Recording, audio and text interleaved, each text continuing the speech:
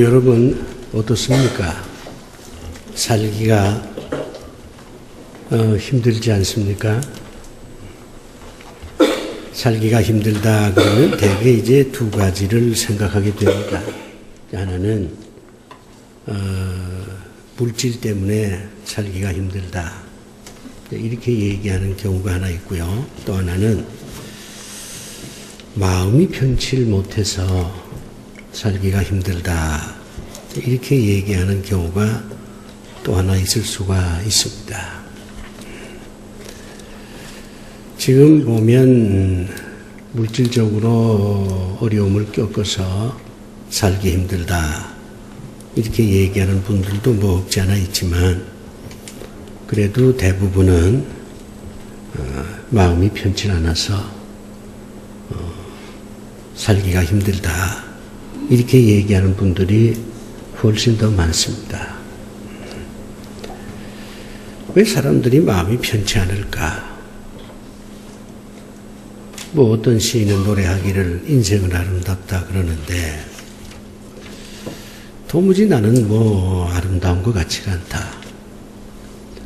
감동과 감격으로 인생을 살아야 된다. 그렇게 얘기를 하는데 나는 감동과 감격은커녕 짜증이 나고 사는 게 참 힘들다. 이렇게 여겨지는데 왜 그럴까? 이런 점을 여러분들이 한번 생각을 해보셔야 될 것 같아요. 원인을 알아야 치유하는 방법을 우리가 제대로 찾을 수 있지 않겠습니까? 성경은 인간이 왜 불편하게 사는지, 왜 마음이 편치 않은지 여러 가지 이유를 말씀하고 있습니다. 그 가운데 이제 오늘 본문을 보면 세 가지를 하나님께서 강조를 해요. 이것 때문에 너희들이 마음이 편치 않다. 그렇게 말씀하는데 첫째는 예기치 않은 어떤 위기가 주어져서 산다는 것에 대한 어떤 예측이 불가능하다. 그렇기 때문에 불편한 심기를 가질 수밖에 없다. 그렇게 말씀을 합니다. 사실 그래요. 뭐 통계를 제가 말씀드리지 않아도 여러분이 그동안 이제 신문을 보면 아시겠습니다만은 지진, 홍수, 해일 이런 거를 통해서 수많은 사람들이 죽었어요. 불구자가 됐고 가족이 무너졌고 이거는 전혀 예기치 않았던 자연재해입니다. 자연재해만 있는 게 아니에요.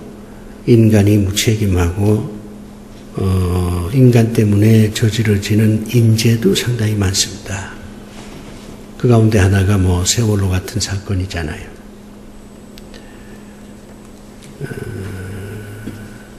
그리고 이 건강 문제도 예측이 불가능해요. 뭐 어제까지 건강했는데 오늘 아침 좀 몸이 이상해요. 병원에 가보니까 뭐 암이다, 뭐다 이렇게 얘기를 하니 그야말로 편치 않죠. 무슨 일이 생길는지 알 수가 없어요. 그것 때문에 많은 사람들이 심란한 인생을 살고 있는 겁니다. 내일 무슨 일이 생길지 분명히 알면 사전에 준비를 잘 할 수 있잖아요. 근데 그게 전혀 불가능합니다. 또 하나는 이 자식들 때문에 그래요. 사람은 종족 보존의 본성이 있습니다. 아이를 낳아서 잘 키워 자신의 흔적을 남기고 싶은 본능이 있어요. 그런데 이 자녀들과 부모의 관계가 예전 같지가 않아요. 이번 무슨 교육감 선거에서 우리가 봤듯이 딸이 말이요. 우리 아버지 자격 없다. 이렇게 아주 공공연하게 얘기를 한단 말이요. 집에서 아버지하고 대화할 때 아버지는 교육감 자격 없어요. 나오지 마세요. 이렇게 얘기할 수는 있지만 여러 사람 앞에서 그렇게 아버지가 자격 없다고 얘기할 수 있겠어요? 옛날에는 이게 상상도 못하던 일이에요. 부모와 자녀와의 관계가 상당히 어려워졌어요. 부모들이 자녀들을 잘 키우고 싶어도 이게 잘 안 돼. 그러니까 이 자녀들 때문에 부모들이 이런저런 불편한 심기를 가질 수밖에 없습니다. 무자식 상팔자라고 하는 그런 얘기가 자꾸 생각이 나는 거예요. 그러다 보니까 뭐 결혼하지 말자. 결혼해도 아이를 낳지 말자. 뭐 이런 그 잘못된 풍조가 만연하게 되는 것입니다. 많은 부모들이 자녀들 때문에 마음이 편치가 않아요. 근데 더 중요한 게 있어요. 그게 뭐냐면 자기 자신에 대해서 부정적인 평가를 내리는 겁니다. 꿈은 있으나 그 꿈을 이룰 수 있는 능력이 없어. 우리가 우리 자신에 대해서는 어느 정도 알잖아요. 이만큼 인생을 살았으면 우리 자신에 대해서 완벽하게 알진 못해도 어느 정도는 자기 자신에 대한 평가를 합니다. 그러다 보면 내가 참 별거 아니구나 이런 생각도 들게 돼요. 내가 게으르고 내 성격이 참 나쁘구나 이런 생각도 하게 돼요. 자기 자신에 대해서 상당히 혐오감을 갖게 됩니다. 그래서 자기를 학대하고 삶에 대한 어떤 의욕을 갖지 못하는 거죠. 뭐 특정한 드라마 얘기를 해서 좀 죄송하긴 한데 우리가 정도전이라는 드라마를 보면 이 정도전이가 늘 하는 얘기가 있어요. 그게 뭐냐면 밥버릇이라는 말이에요. 정도전이 유랑하면서 자기 자신을 밥버릇이라고 얘기를 해요. 밥버릇이가 뭐예요? 밥만 먹는 버릇이다 그 말이에요. 벌레라는 얘기입니다. 꿈은 있으나 실현하지 못해. 그러니 자기 자신 이게 뭐 사는 거냐 말이지. 내가 밥버릇이지. 이렇게 자기 학대를 하는 거예요.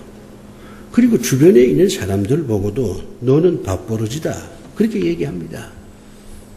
내가 보기엔 너는 말이야 밥만 먹는 벌레야. 이런 얘기를 하는 거예요. 사람들 가운데는 야 이거 내가 밥버릇이 아니냐. 이런 자학을 하는 사람들이 제법 있어요. 여러분이 잘 아는 러시아의 그 두르게네프라고 하는 사람이 쓴 단편소설 가운데 잉여인간 일기라고 하는 단편소설이 있어요. 잉여인간이라는 말 여러분 들어보셨잖아요. 이 잉여인간이라는 말을 맨 처음 사용한 사람이 두르게네프예요. 이 사람은 이런 얘기를 하는 거예요. 게으르고 나태하고 뭐 공상만 하고 아침에 일어나면 그저 밥 먹고 침대에서 뒹굴고 남을 위해서 희생도 안 하고 헌신도 안 하고 전혀 비현실적인 얘기만 하고 이런 사람을 잉여인간이라 그렇게 불렀어요. 이 잉여인간이란 말은 러시아에서 처음 시작이 됐습니다. 러시아에 농노제도라는 게 있었거든요. 그러면 이 농노들이 말이요 열심으로 땀을 흘려서 수확을 하면 거의 60%는 지주한테 갖다 줘요. 그러면 지주는 그걸 먹으면서 평생 그저 노는 거야. 노예들의 그 피나는 노력을 힘입어서 자기들은 아주 무책임한 삶을 산다 그 말이죠. 그래서 이런 사람을 잉여인간이라 이렇게 두르겐네프가 비판을 한 겁니다. 그러니까 우리 주변에도 그런 사람들이 있어요. 일을 안 해. 놀고 먹는 게 최고의 삶이라고 생각을 해. 책임감이 없어.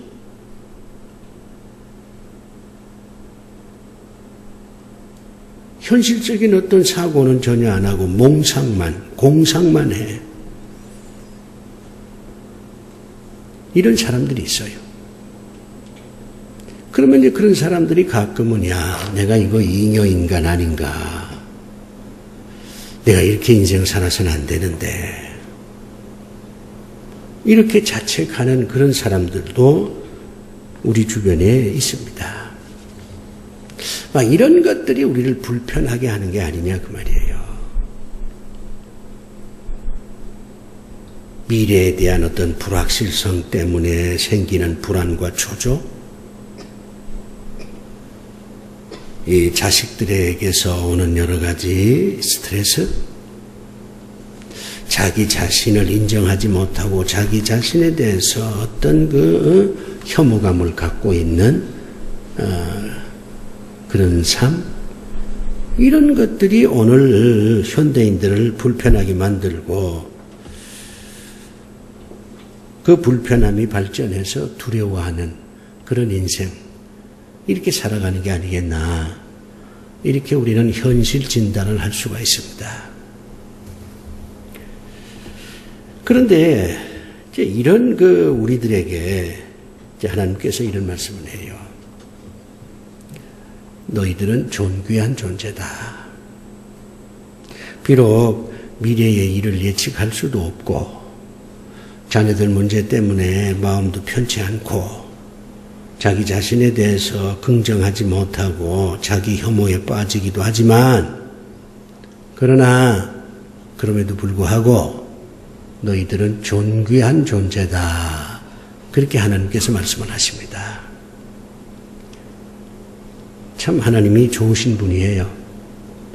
세상 사람들이 우리를 비판하고 우리 자신이 우리 자신에 대해서 부정적인데 그래서 맥도 풀리고 심기도 불편하고 삶의 어떤 열정도 못 갖고 이건 뭐 살아가는 게 아니라 살아주는 그런 인생을 사는 우리들에게 다른 분도 아니고 하나님께서 오셔서 너는 존귀한 존재야 이렇게 말씀을 해주니 얼마나 참 우리에겐 은혜가 됩니까? 다른 사람이 넌 존귀한 존재야 이렇게 얘기하면 별로 뭐 귀담아 들을 것도 없어요. 아, 저 사람이 아첨하나 보다. 나를 또 뭐 선동하나 보다. 무슨 계산이 있어서 나를 비행기 태우나 보다. 이렇게 경계를 할 수 있지만 하나님께서 오셔서 너는 존귀한 자야. 그렇게 말씀을 하니까 이거는 우리가 받아들여야 되지 않겠어요? 하나님께서 여러분 보고 존귀한 존재라고 말씀하십니다. 하나님이 그리 말씀하시니 여러분은 존귀한 존재인 줄로 믿습니다. 난 나 자신을 그렇게 생각해요.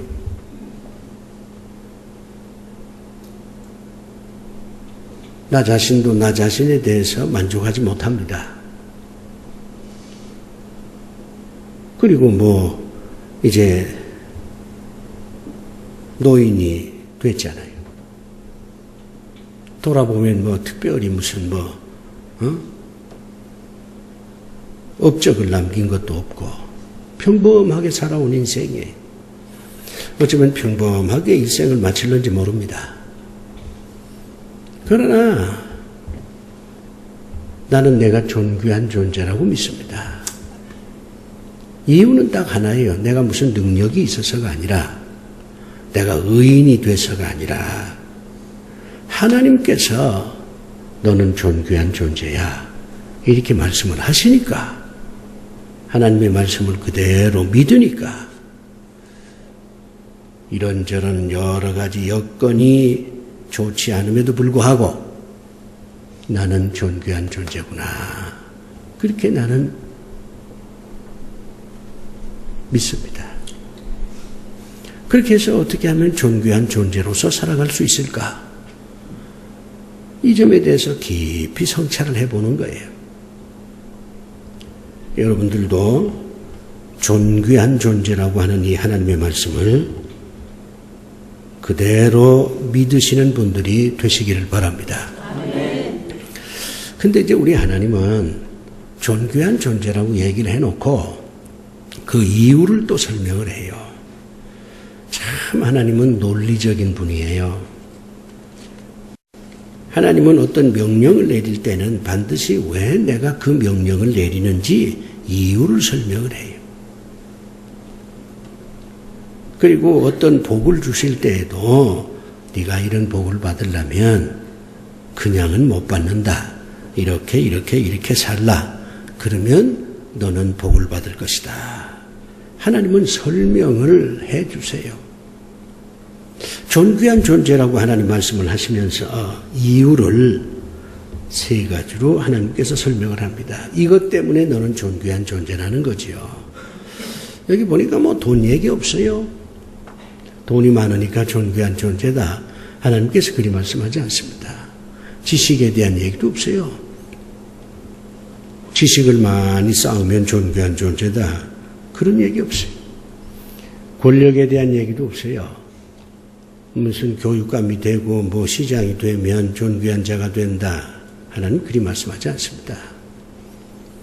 용모에 대한 얘기도 없어요. 잘생기면 존귀한 자가 되고 못생기면 뭐 보잘것없는 존재가 된다. 그런 얘기도 없어요. 우리가 생각하는 기준하고는 전혀 달라요. 하나님께서 여러분 보고 존귀한 존재라 그렇게 말씀을 하는 데는 이유가 있다. 근데 그 이유는 세상적인 기준이 아니다는 겁니다. 첫 번째 이유가 뭔지 아세요? 변화할 수 있는 존재다. 그렇기 때문에 너는 존귀한 존재다. 그렇게 말씀을 해요. 변화의 가능성이 우리에게 있다 이 말이에요. 지금 본문을 보면 야곱이라는 이름이 먼저 나오고 이스라엘이라는 이름이 나중에 나옵니다. 야곱이라고 하는 이 말 뜻은 사기꾼이란 뜻이에요. 죄인이란 뜻이거든요. 참 야곱은요 아주 간사하고 권모술수에 능하고 거짓말 잘하고 남의 거 뺏어오길 좋아하고 한마디로 말하면 나쁜 놈이에요. 그런데 이런 야곱이 이스라엘로 변화가 됐다는 겁니다. 이스라엘은 거룩한 이름이잖아요. 하나님께서 왜 여러분 보고 존귀한 존재라고 말씀하냐면 여러분은 변화할 수 있는 가능성을 가지고 있다는 거예요. 변화할 수 있는 가능성이 있다. 이게 얼마나 우리를 기쁘게 하고 우리로 하여금 희망을 누리게 합니까? 여러분 병원에 아무리 다녀도요. 건강해질 수 있다 하는 그런 생각을 못하면 병원 다니는 그 자체가 절망이고 병원이 여러분에겐 지옥이에요. 병원이 지옥인 사람 많아요. 병원에 아무리 다녀도 병을 못 고쳐. 그럼 병원이 지옥이지 무슨 지옥이 딴 데 있는 거예요? 그런데 병원에 다니니까 점점 건강해지는 거야. 그러면 병원에 다닐 때마다 희망을 체험하게 되고 그 병원은 천국이 되는 것입니다.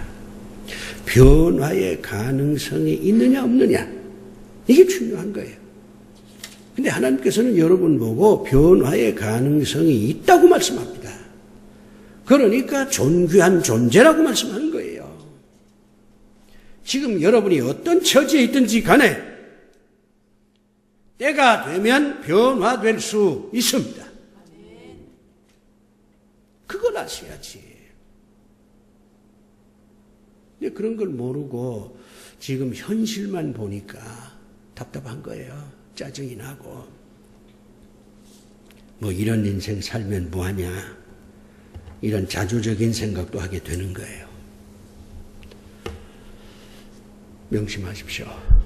여러분은 변화될 수 있습니다. 어떤 변화도 가능합니다. 가난에서 부유함으로, 병든 몸에서 건강한 몸으로, 외로운 자가 좋은 친구들을 만날 수 있고, 자기 자신에 대해서 부정적이었던 사람이 자기 긍정을 할 수도 있어요. 그 다음에 하나님께서 또 이런 말씀을 해요. 너는 쓸모있는 존재이기 때문에 존귀한 자다. 그렇게 말씀을 합니다. 너는 내 것이라 하는 말씀이 있잖아요. 이건 소유의 개념입니다. 소유라고 하는 말은 철학적 개념이에요. 무슨 소리냐면 인간은 소유하는 존재입니다. 더 많은 걸 가지려고 해요. 하나만 가지려고 하지 않습니다. 어떤 사람은 이걸 욕심이라고 얘기하지만 인간 본성이에요. 하나를 가지면 둘 갖고 싶고, 둘 가지면 셋 갖고 싶고, 그래서 평생을 통해서 많은 것을 갖습니다. 여러분 집에 가보세요. 얼마나 많은가. TV로부터 시작을 해서 볼펜에 이르기까지. 옷장을 열어보세요. 얼마나 옷이 많아요. 여러분이 그거 다 갖고 있는 거잖아요. 소유하는 존재입니다. 그런데 어느 정도 소유하고 나면 그 다음엔 버릴 줄을 알아야 돼요. 왜냐하면 버려야 더 많은 걸 얻을 수 있기 때문에 버리는 게 필요합니다. 버리지 못하면 절대로 더 갖지 못합니다. 그러니까 이게 철학적 개념이라는 거예요. 더 많은 것을 얻기 위해서 더 많은 것을 버려야 된다. 소유라고 하는 것은 이 버리는 거하고 정반대잖아요. 얻기 위해서 버려야 되고 버리면 얻고, 이게 철학적 상관관계잖아요. 그런데 문제는 버릴 때 어떤 것을 버리느냐.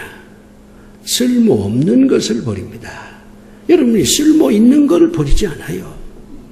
낡은 책은 버리지만 집문서는 안 버려요.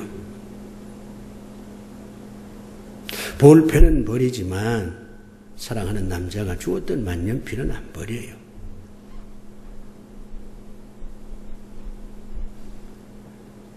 쓸데없는 추억은 버리지만은 그래도 늘 기억하면 마음이 즐거운 그런 추억은 버리지 않습니다. 아무거나 버리는 게 아니에요. 인간은 그런 존재가 아니에요. 그런데 하나님께서 말씀하시기를 너는 내 것이다 하는 말은 내가 너를 버리지 않았다는 거예요. 만약 우리가 쓸모없는 존재라면 하나님 버렸겠죠. 하나님이 사울을 버렸어요. 쓸모없으니까. 하나님이 유다를 버렸습니다. 쓸모없으니까. 너는 내 것이다. 이건 현재형입니다. 지금 내가 널 버리지 않았다는 겁니다. 하나님께서 우리를 버리지 않았다는 것은 우리가 아직은 쓸모있다는 뜻이잖아요. 내가 쓸모있는 인생이다 그 말이요.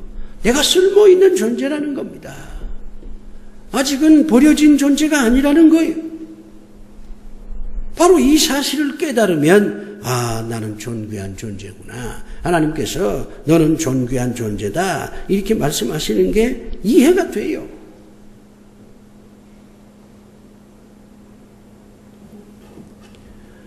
하나님은 여러분을 버리지 않았어요.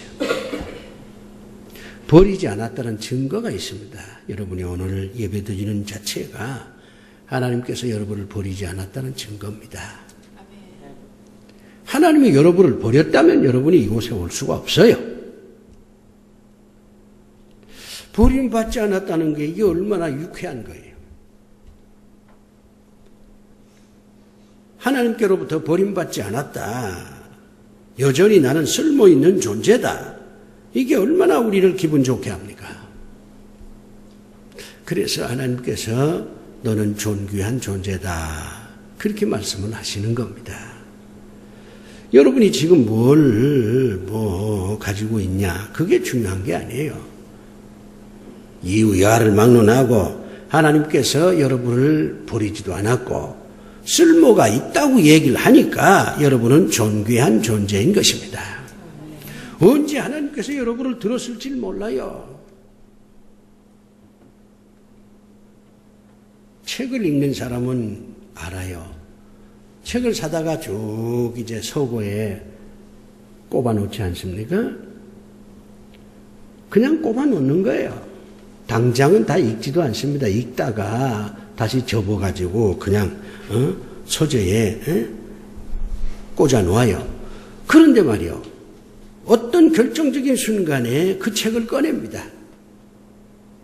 그 책에 아주 중요한 어떤 기사가 있었다, 내용이 있었다. 꺼내는 거예요. 그 책을 다시 사용하는 거예요. 그러면 그 책은 쓸모가 있는 겁니다. 우리가 책을 살 때에 당장 필요하니까 책을 사는 게 아니에요. 당장 필요 없어도 이게 장차 나한테 큰 도움이 될 것이다, 이렇게 생각을 해서 그 책을 사서 서재에 꽂아두는 겁니다. 여러분은 쓸모있는 존재예요. 때가 되면 하나님께서 여러분을 쓰실 줄로 믿습니다. 그러니 존귀한 존재라고 하는 이 말이 이해가 되지 않습니까? 마지막 하나. 하나님께서 너는 잊혀진 존재가 아니기 때문에 존귀한 자다, 그렇게 말해요. 지난주 주보에 제가 앞에 금주의 명상에 독일의 심리학자 에빙하우스의 망각 곡선 얘기를 했어요. 이 에빙하우스라고 하는 이 학자는 인간은 망각하는 존재다, 잊어버린다 그거예요. 48시간 지나면 몇 프로를 잊어버리고 6개월이 지나면 몇 프로를 잊어버리고 인간은 잊어버리는 존재다, 그런 얘기입니다. 그런데 인간에게는 적어도 10% 정도는 전혀 잊혀지지 않는 게 있다, 그런 얘기를 해요. 잊혀진 존재가 된다는 게 참 괴로운 거예요. 그래도 누군가가 나를 기억하고 있을 것이다, 이렇게 생각하면 마음이 안정도 좀 되고 기분도 좋아져요. 그런데 세상의 모든 사람이 다 날 잊어버렸다, 아무도 날 기억하는 사람이 없다, 내가 잊혀진 존재가 됐다, 이렇게 생각하면 얼마나 외롭겠어요. 얼마나 소외감을 갖겠습니까? 사람에게 잊혀지는 것도 눈물인데 하나님께 잊혀진 존재가 된다는 건 절망이에요. 근데 하나님께서 이렇게 말씀합니다. 너는 잊혀진 존재가 아니야. 나는 여전히 너를 기억하고 있어. 그러므로 너는 존귀한 존재야, 이렇게 말씀하잖아요. 잊혀진 존재가 아니라고 하는 증거를 하나님이 대십니다. 이름을 부르잖아요. 야곱아 이렇게 부르고 이스라엘아 이렇게 이름을 부르잖아요. 이름이 왜 중요해요? 이름을 기억하고 있다는 것은 그 사람을 아직도 잊지 못했다는 뜻 아닙니까? 하나님은 우리의 이름을 잊지 않았어요. 하나님 가슴 속에는 우리 이름 석자가 아직도 남아 있습니다. 하나님은 우리의 이름을 부릅니다. 내가 너를 잊지 않았다. 너는 잊혀진 존재가 아니야. 그렇게 말씀합니다. 네가 지금 어떤 처지에 놓여 있든지 상관없어. 나는 너를 잊지 않았어. 하나님께서 모세를 잊지 않았습니다. 그렇기 때문에 40년 동안 광야에서 버려진 인생을 살았지만은 40년 만에 하나님이 찾아오셔서 내가 너를 잊지 않았어. 이제는 모든 훈련이 다 끝났으니까 내 사람이 돼서 애굽 땅으로 가라. 그렇게 말씀하는 거 아니에요? 여러분 어떻습니까?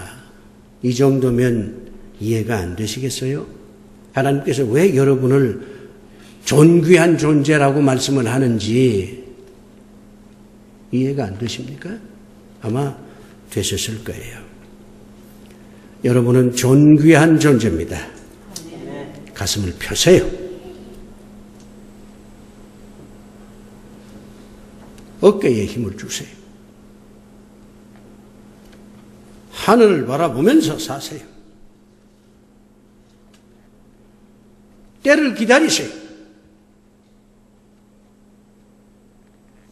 스스로 자기 학대를 하지 마세요.